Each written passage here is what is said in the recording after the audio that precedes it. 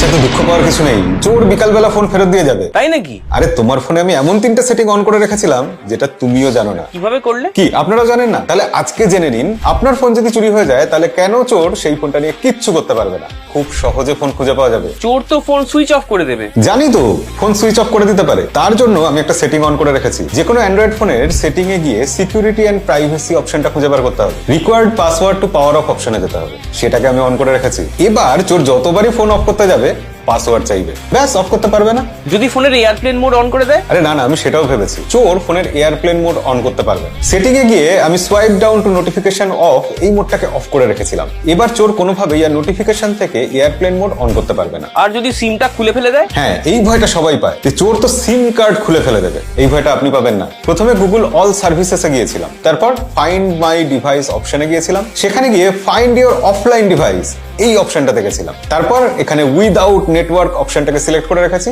এবার চোর যদি সিম কার্ড খুলে ফেলেও দেয়, ফোন যদি অফলাইনও থাকে, তাও ফোনের কারেন্ট লোকেশন আমরা সব সময় দেখতে পাবো। কি এবার আপনারও মনে হচ্ছে তো, ফোন চুরি হয়ে গেলে খুঁজে পেতে অতটা অসুবিধা হবে না? আর যদি আপনার কাছে স্যামসাং এর মোবাইল থাকে, তাহলে ফাইন্ড মাই মোবাইল থেকে অফলাইন ফাইন্ডিং এই অপশনটাকে অন করে দিতে হবে। তবে ভবিষ্যতে আপনার ফোন নিয়ে আরো অনেক সমস্যা হতে পারে, সেগুলোর সমাধান জানার জন্য আমাদেরকে ফলো করে রাখুন।